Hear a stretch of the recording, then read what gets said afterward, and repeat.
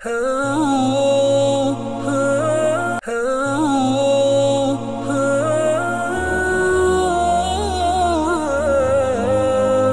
அல்ஹம்துலில்லாஹ் வஸ்ஸலாத்து வஸ்ஸலாமு அலா ரசூலில்லாஹ். அன்புக்குரிய பிரே டிவியினர்கள், அஸ்ஸலாமு அலைக்கும் வரஹ்மத்துல்லாஹி வபரகாத்துஹு. பிரே டிவி வழங்கும் மனாபில் இஸ்லாம் நிகழ்ச்சியினூடாக மீண்டும் நாங்கள் இணைந்திருக்கின்றோம். இஸ்லாமிய புனித ஸ்தலங்களில் நிகழ்த்தப்படுகின்ற ஹுத்பாக்களின் மொழிபெயர்ப்பு நிகழ்ச்சியாக இந்த நிகழ்ச்சி 249வது நிகழ்ச்சியாக இந்த நிகழ்ச்சி பதிவு செய்யப்படுகிறது. அந்த அடிப்படையில் வழமை போன்று இன்றும் முதலாவதாக புனித மக்கா முக்கர்ரமாவுடைய ஹுத்பாவை நேர்களுக்கு நாங்கள் மொழிபெயர்க்கின்றோம்.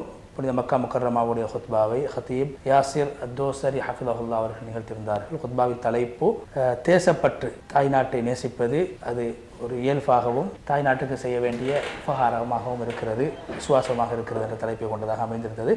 அல்லாஹை புகழ்ந்து நபி ஸல்லல்லாஹு அலைஹி வஸல்லம் அவர்கள் மீது ஸலவாத்து ஸலாம் சொல்லி தக்வாவை வலியுறுத்தியதன் பின்பு அல்லாஹ்வுடைய அடியார்களே, அல்லாஹு தஆலா ஒரு மனிதன் வாழ்வதற்கு ஒரு பூமியில் ஒரு இடத்தை மனிதனுக்கு அல்லாஹ் கொடுத்திருக்கின்றான். தன்னுடைய தேவைகளை பூர்த்தி செய்வதற்காக வேண்டி வாழ்வதற்கான இடத்தை அல்லாஹு தஆலா கொடுத்திருக்கிறான். அந்த அடிப்படையில் மனிதனுக்கு கொடுக்கப்பட்ட உபகாரங்களில் மிக பிரதானமான உபகாரம் தான் ஒரு மனிதன் வாழ்வதற்கான ஒரு தேசத்தை அல்லாஹு தஆலா அவனுக்கு தெரிவு செய்து கொடுத்திருப்பது.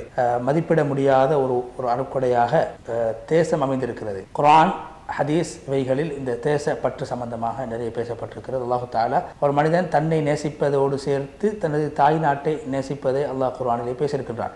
குர்ஆன் அல்லாஹு தஆலா சொல்கிறான், சூரா அல் பக்ரா 246வது வசனம், நாம் அல்லாஹுடைய பாதையில் சூரத்துல் நிசா சூரத்துல் பக்ரா 246வது வசனம், நாம் ஏன் அல்லாஹ்வுடைய பாதையில் போராடக்கூடாது, நாம் எங்களுடைய தேசங்களை விட்டும் நாம் வாழக்கூடிய எங்களுடைய பிள்ளை குட்டிகளை விட்டும் நாங்கள் வெளியேற்றப்பட்டிருக்கும் நிலைமையில் ஏன் நாங்கள் அல்லாஹ்வுடைய பாதையில் போரிடக்கூடாது என்று அந்த மக்கள் தேசப்பற்றை முன்னிறுத்தி அல்லாஹ்விடத்திலே குறிப்பிட்டதை ஹத்தீப் அவர்கள் குறிப்பிட்டார். அதே போல் அல்லாஹு தஆலா மார்க்கத்தையும் தேசத்தையும் குர்ஆனில் இணைத்து பேசியிருக்கின்றான். அல்லாஹ் குர்ஆனில் சொல்றான், சூரா அல்-மும்தஹினா 8வது வசனம், உங்களோடு போர் செய்யாத, உங்களுடைய ஊர்களை விட்டு உங்களை வெளியேற்றாத காஃபிர்களோடு நீங்கள் நல்லுபகாரம் செய்வதை அல்லாஹ் தடுக்கவில்லை, அவர்களோடு உங்களுக்கு சேர்ந்து வாழலாம். அல்லாஹ்வுடைய அடியார்களே, ரசூல் ஸல்லல்லாஹு அலைஹி வஸல்லம் அவர்களுடைய வாழ்க்கையில் நபி அவங்க எந்த அளவுக்கு தேசத்தை நேசித்திருக்கிறார்கள் என்பதற்கான சிறந்த உதாரணங்கள் ஏராளமாக காணப்படுகிறது. நபி ஸல்லல்லாஹு அலைஹி வஸல்லம் அவர்கள் மக்காவை விட்டு வெளியேற்றப்பட்ட நேரத்திலே ஹசூரா என்ற இடத்துக்கு நபி ஸல்லல்லாஹு அலைஹி வஸல்லம் அவர்கள் வந்து என்ன சொன்னார்கள், மக்காவை பார்த்து சொன்னார்கள், பூமிகளில் சிறந்த பூமி நீயாக இருக்கிறாய், அல்லாஹுக்கு மிக விருப்பத்துக்குரிய பூமியாக நீ இருக்கிறாய்.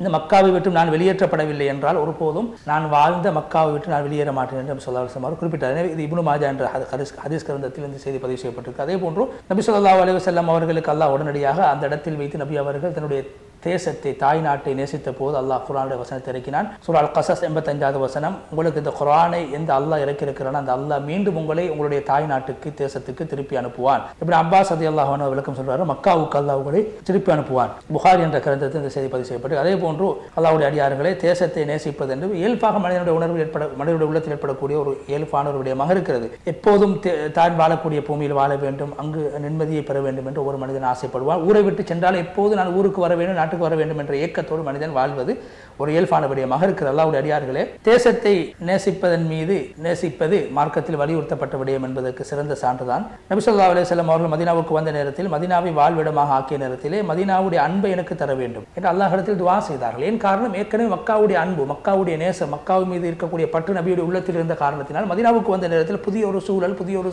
அனுபவம். நபி ஸல்லல்லாஹு அலைஹி வஸல்லம் அல்லாஹ்விடத்தில், யா அல்லாஹ் எனக்கு மதீனாவுடைய அன்பை என்னுடைய உள்ளத்தில் ஏற்படுத்துவாயாக என்று சொன்னார்கள். மதீனாவை நேசிப்பது அல்லாஹ்வினால், மதீனாவுடைய நேசம் நபியுடைய உள்ளத்தில் அல்லாஹ்வினால் போடப்பட்ட ஒன்றாகும். ஆயிஷா ரலியல்லாஹு அன்ஹா சொல்றாங்க, நபி ஸல்லல்லாஹு அலைஹி வஸல்லம் சொன்னதாக நபி அவங்க துஆ செஞ்சாங்க, யா அல்லாஹ் மக்காவை நாம் நேசிப்பதை போன்று அல்லது அதை விட அதிகமாக மதீனாவுடைய நேசத்தை என்னுடைய உள்ளத்தில் போட்டு விடுவாயாக. அதேபோல் நபி ஸல்லல்லாஹு அலைஹி வஸல்லம் அவர்கள் மதீனாவிலே பரக்கத்தை உண்டு பண்ண வேண்டும் என்று அல்லாஹ்விடத்தில் துஆ செய்தார். இப்படி இப்ராஹிம் அலைஹிஸ்ஸலாத்து வஸலாம் அவங்க மக்காவில் பரக்கத் உண்டாக வேண்டும் என்று துஆ செய்தார்களோ அந்த துஆவை அல்லாஹ் ஏற்றுக்கொண்டான். அதுபோல் நபி ஸல்லல்லாஹு அலைஹி வஸல்லம் அவர்கள் மதீனாவிலே அல்லாஹ்வுடைய பரக்கத் உண்டாக வேண்டும் என்று துஆ செய்தார்கள். நபி ஸல்லல்லாஹு அலைஹி வஸல்லம் அவர்கள் ஏதாவது யுத்தத்துக்காக வேண்டி, ஏதாவது தேவைக்காக வேண்டி மதீனாவை விட்டு வெளியேறிவிட்டால் எப்போது மதீனாவுக்கு நான் திரும்பி வருவேன் என்ற ஏக்கத்தோடும் ஆசையோடும் இருப்பார்கள். அனஸ் இப்னு மாலிக் ரலியல்லாஹு அன்ஹு சொல்கிறார், நபி ஸல்லல்லாஹு அலைஹி வஸல்லம் அவர்கள் பிரயாணத்திலிருந்து வரும்போது மதீனாவுடைய அடையாளங்களை காணுகின்ற போது நபி ஸல்லல்லாஹு அலைஹி வஸல்லம் அவர்கள் ஒட்டகத்தை வேகமாக செலுத்துவார்கள், வேகமாக வருவார்கள். புகாரியில் இந்த செய்தி பதிவு செய்யப்பட்டிருக்கிறது. இப்னு ஹஜர் ரஹ்மத்துல்லாஹி சொல்கிறார்கள், இந்த ஹதீஸின் மூலமாக, இந்த ஹதீஸில் ஒரு ஆதாரம் இருக்கிறது, ஒரு விடயத்துக்கு ஆதாரம் இருக்கிறது. என்னவென்றால், தேசப்பற்று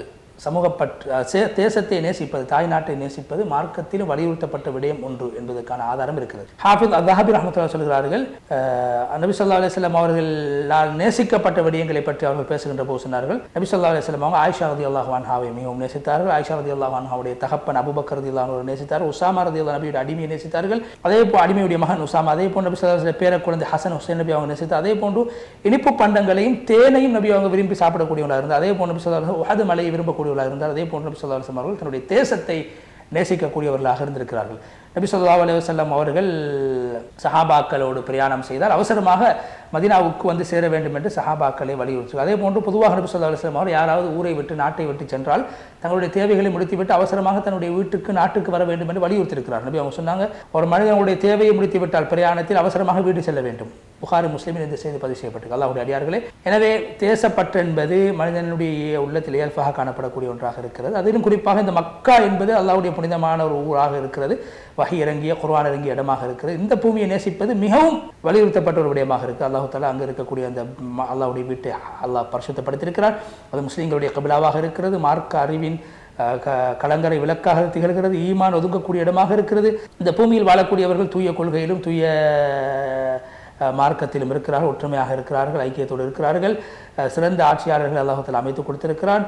அதே போன்று இங்கே வாழக்கூடியவர்களுக்கு பாதுகாப்பு, அதே போன்று நிம்மதி இருக்கிறது. அல்லாஹ் தஆலா ரிஸ்குடைய அஃபஹாரத்துடைய கதவுகளை அல்லாஹ் இவர்களுக்கு திறந்து கொடுத்திருக்கிறான். இப்ராஹிம் அலைஹிஸ்ஸலாத்து வஸலாம் அவர்கள் துஆ செய்திருக்கிறார்கள், யா அல்லாஹ் இந்த ஊரை பாதுகாப்புக்குரிய ஊராகவும் இந்த ஊர் மக்களுக்கு தேவையானவற்றை நீ ஆகாரமாக கொடுப்பாயாக என்று துஆ செய்திருக்கிறார். சூரா அல் பக்ரா 126 வசனம் என்ற அந்த ஆயத்தை ஓதி ஹுத்பாவுடைய முதல் பகுதியை விட்டு விடைபெற்று சென்று இரண்டாவது பகுதியிலே ஹதீப் ஜாசர் தோசரி ஹஃபிதுல்லாஹ் அவர்கள் அல்லாஹ்வை புகழ்ந்து நபி ஸல்லல்லாஹு அலைஹி வஸல்லம் ஸலவாத்தை சொல்லி பின்பு தேசத்தை நேசிப்பது மார்க்கத்தில் வலியுறுத்தப்பட்ட ஒரு விடயமாக இருக்கிறது. ஆனால் நாட்டுக்கு நாங்கள் செய்ய வேண்டிய சில முக்கியமான கடமைகளும் பொறுப்புகளும் உள்ளன. முதலாவது, அல்லாஹ் இந்த நாட்டில் எங்களுக்கு வாழ வைத்திருக்கிறான், அதுக்காக நாங்கள் அல்லாஹ்வுக்கு நன்றி செலுத்திக் கொள்ள வேண்டும். நன்றி செலுத்துவதன் மூலமாக அல்லாஹ்வுடைய நிஅமத்துக்கள் அதிகரிக்கப்படும். அல்லாஹ் குர்ஆனில் சூரா இப்ராஹிம் அல்லாஹ் தஆலா உங்களுக்கு அனுமதி வழங்கியிருக்கிறான், நீங்கள் நன்றி செலுத்தினால் உங்களுடைய நன்றி அடிப்படையாக வைத்து உங்களுக்கு செய்த உபகாரங்களை நான் அதிகப்படுத்துவேன். நன்றி கெட்டவர்களாக நீங்கள் மாறிவிட்டால் என்னுடைய தண்டனை மிகவும் பயங்கரமானதாக இருக்கும். இப்ராஹிம் 7வது வசனம். இரண்டாவது கடமை நாட்டை நேசிப்பது, நாட்டோடு நாங்கள் இணைவது, இந்த நாட்டுடைய ஒரு குடிமகன் என்ற உணர்வோடு நாங்கள் வாழ்வது. குறிப்பாக இந்த புனிதமான பூமியை உள்ளடக்கி இந்த தேசத்தை நேசிப்பது. இது மக்கள் ஒதுங்கக்கூடிய இடமாக, மக்களுடைய கிப்லாவாக இருக்கிறது. அதே போன்று இந்த நாட்டுடைய பாதுகாப்புக்காக வேண்டி, நாட்டுடைய இறைமைக்காக வேண்டி நாங்கள் பாடுபட வேண்டும், ஒற்றுமைக்காக நாங்கள் செயல்பட வேண்டும். அல்லாஹ் தஆலா குர்ஆனில் சொல்கிறான், அல்லாஹ் தஆலா காபாவை புனிதமான இடமாக, மக்கள் வாழக்கூடிய இடமாக அல்லாஹ் ஆக்கி வைத்திருக்கிறார். சூரா அல் மாயிதா 97 வசனம். மூன்றாவது கடமை, நாங்கள் எங்களுடைய பொறுப்புதாரிகளுக்கு தலைவர்களுக்கு நாங்கள் கட்டுப்பட்டு நடக்க வேண்டும். அல்லாஹ் குர்ஆனில் சொல்கிறான், யா ஈமான் கொண்டவர்களே, நீங்கள் அல்லாஹ்வுக்கும் ரசூலுக்கும் உங்களுடைய பொறுப்புதாரிகளுக்கு நீங்கள் கட்டுப்பட வேண்டும். சூரா அன்-நிசா 59வது வசனம். மார்க்கத்தில் வலியுறுத்தப்பட்ட விடயம் நாம் எல்லோரும் அறிந்த ஒரு விடயம்தான், ஒற்றுமை இல்லாமல் மார்க்கம் என்பது கிடையாது. அதே போன்று ஒரு இஸ்லாமிய ஆட்சி இல்லாமல் ஒற்றுமை கிடையாது. ஒரு ஆட்சி சீராக நடைபெற வேண்டுமாக இருந்தால் குடிமக்கள் அந்த ஆட்சிக்கு கட்டுப்பட வேண்டும். உபாத் இப்னு சாமித் ரலியல்லாஹு அன்ஹு சொன்னார், நபி ஸல்லல்லாஹு அலைஹி வஸல்லம் அவர்களோடு நாங்கள் கேட்டு வழிபடுவோம். எல்லா விடயத்திலும், சந்தோஷமாக இருக்கும் போதும், துன்பத்தில் இருக்கும் போதும், சிரமத்தில் இருக்கும் போதும், ஆனந்தமாக இருக்கும் போதும், எல்லா சந்தர்ப்பத்திலும் நாங்கள் நபி அவர்களுக்கு கட்டுப்பட்டு நடப்போம் என்று நபி அவர்களோடு நாங்கள் பையத் செய்தோம். புகாரி இந்த செய்தி பதிவு செய்யப்பட்டிருக்கிறது. நான்காவது, உலமாக்கள், நல்ல மார்க்க அறிவுள்ள உலமாக்கள், பக்குவமான உலமாக்களோடு நாங்கள் சேர்ந்து இருக்க வேண்டும். அவருடைய கருத்துக்களை நாங்கள் பெற வேண்டும். மார்க்கத்துடைய நனவுகளை செய்வதற்காக வேண்டி, கெடுதிகளை தவிர்ப்பதற்காக வேண்டி, சந்தேகங்களை போக்குவதற்காக வேண்டி, பொய்யர்களுடைய பொய்யான செய்திகளை விட்டு நாங்கள் பாதுகாக்கப்படுவதற்காக வேண்டி உலமாக்களோடு மத்தியில் உலமாக்களுடைய உறவை நாங்கள் பலப்படுத்திக் கொள்ள வேண்டும். அல்லாஹ் குர்ஆனில் சூரா அன்-நிசா 53 வசனம், அவர்களுக்கு ஏதாவது சந்தேகங்கள் ஏற்படுகின்ற போது அதனை அவர்கள் ரசூல் ஸல்லல்லாஹு அலைஹி வஸல்லம் அவர்களிடத்திலும் உலமாக்களிடத்திலும் அவர்கள் அதை முன்வைத்திருக்கலாம். முன்வைத்தால் உலமாக்கள் அதிலிருந்து அவர்களுக்கான தீர்வு என்ன என்பதை அறிந்து கூறுவார்கள். அல்லாஹ்வுடைய அடியார்களே, இந்த நாட்டுக்கு ஏற்பட்ட மிகப்பெரிய சோதனைகள் ஒன்றுதான் உலமாக்களுடைய மரணம், மார்க்கத்தை பாதுகாக்கக்கூடிய உலமாக்களுடைய மரணம். எங்களுடைய நாட்டுடைய முஃப்தி, எங்கள் நாட்டுடைய உலமா சபையுடைய தலைவர், பத்வா குழுவுடைய தலைவர் அவர்கள் ஷேக் அப்துல் அசீஸ் பின் அப்துல்லா அல் ஷேக் அவர்கள் மரணித்து விட்டார்கள். அல்லாஹ்வுடைய அழைப்பை ஏற்று சென்று விட்டார்கள். மார்க்கத்துக்காக, சமூகத்துக்காகவும், மார்க்க அறிவுக்காகவும், தேசத்துக்காகவும் பாடுபட்ட ஒருவர். அவருடைய இழப்பு மிகப்பெரிய சோதனையாக இருக்கிறது. அல்லாஹ் தஆலா அவருக்கு ரஹ்மத் செய்ய வேண்டும். சொர்க்கத்தில் அல்லாஹ் அவரை குடியமரச் செய்ய வேண்டும். நபிமார்கள், சத்தீக்கீன்கள், ஷுஹதாக்கள், சாலிஹீன்களோடு அவரை அல்லாஹ் எழுப்ப வேண்டும். இஸ்லாத்துக்காக, மார்க்கத்துக்காக செய்த விடயங்கள் அல்லாஹ் ஏற்றுக்கொள்ள வேண்டும். அவருடைய இழப்புக்கு பின்னால் சிறந்த ஒன்றை அல்லாஹ் தஆலா ஏற்படுத்த வேண்டும் என்று சொல்லி ஹத்தீப் அவர்கள் இந்த ஊருக்கு அல்லாஹ் தஆலா சில உலமாக்களை ஃபுகஹாக்களை அல்லாஹ் இந்த ஊருக்கென்று அல்லாஹ் வைத்திருக்கிறான். மார்க்கத்துடைய அறிவை சுமக்கக்கூடியவர்கள், அல்லாஹ்வுடைய தூதை மக்களுக்கு தெரிவிக்கக்கூடியவர்களாக இருக்கிறார். அல்லாஹ் அவர்களுக்கு பரக்க செய்ய வேண்டும், வாழ்க்கையில் அல்லாஹ் பரக்க செய்ய வேண்டும். அவர்களுக்கு அல்லாஹு தஆலா மென்மேலும் ஆரோக்கியமான வாழ்வை கொடுக்க வேண்டும் என்று துஆ செய்து, அல்லாஹ்வுடைய அடியார்களே, 5வது விடயம் நாம் செய்ய வேண்டிய எங்களுடைய சிந்தனைகளை நாங்கள் பாதுகாத்துக் கொள்ள வேண்டும். தீய கொள்கைகளை விட்டும், இஸ்லாத்துக்கு முரணான கொள்கைகளை விட்டு, இஸ்லாத்துக்கு முரணான கலாச்சாரங்கள் கொள்கைகளை விட்டும் எங்களுடைய சிந்தனை நாங்கள் பாதுகாப்பது மிக முக்கியமான ஒன்றாக இருக்குது. வழி தவற வழிகெடுக்கக்கூடிய இயக்கங்களை விட்டும் சிந்தனைகளை விட்டும் நாங்கள் எங்களை பாதுகாத்துக் கொள்ள வேண்டும். குறிப்பாக வாலிபர்களை நாங்கள் பாதுகாத்துக் கொள்ள வேண்டும். எங்களுடைய சிறார்களை பால்படுத்துகின்ற விடயங்களை விட்டும் இந்த சமூகத்தை நாங்கள் பாதுகாக்கிறதுக்கு முன்வர வேண்டும். அல்லாஹ்வுடைய அடியார்களே, இந்த சிந்தனை ரீதியான பாதுகாப்பு சமூகத்துக்கு தேவையான ஒரு விடயமாக இருக்கிறது. அந்த விடயத்தை நாங்கள் செய்ய வேண்டுமாக இருந்தால் மார்க்க அறிவுக்கு நாங்கள் முக்கியத்துவம் கொடுக்க வேண்டும். அதே போன்று சந்தேகங்களை விட்டு எங்களை பாதுகாத்துக் கொள்வதற்காக வேண்டி நல்ல மார்க்க அறிவை நாங்கள் பெற்றுக்கொள்ள வேண்டும். ஊர்ஜிதமற்ற செய்திகளை நாங்கள் நம்பக்கூடாது. அதே போன்று போதை வஸ்துக்களை விட்டு எங்களுடைய உடம்பை நாங்கள் பாதுகாத்துக் கொள்ள வேண்டும். நாட்டுடைய, தேசத்துடைய, சமூகத்துடைய பாதுகாப்புக்கும் ஒற்றுமைக்கும் சீர்கேடாக அமைகின்ற போதை வஸ்துக்களை விட்டு எங்களுடைய சமூகம் பாதுகாக்கப்பட வேண்டும். 6வது விடயம், நாட்டுடைய சட்ட திட்டங்களை நாங்கள் மதித்து நடக்க வேண்டும். நாட்டுடைய அபிவிருத்திக்காக, முன்னேற்றத்துக்காக, முன்னெடுப்புகளுக்காக நாங்கள் பாடுபட வேண்டுமே தவிர நாட்டுடைய சட்டத்திட்டங்களில் எந்த ஒரு மாற்றங்களை நாங்கள் செய்துவிடக்கூடாது. நாட்டுடைய சட்டத்திட்டங்களை கட்டுப்பட்டு நடக்க வேண்டும், பேணி நடக்க வேண்டும். அதே போன்று சமூகப்பற்று, தேசப்பற்று என்பது வெறுமனே வார்த்தைகள் அல்ல, அல்லது வெறுமனே அடையாளங்கள் அல்ல.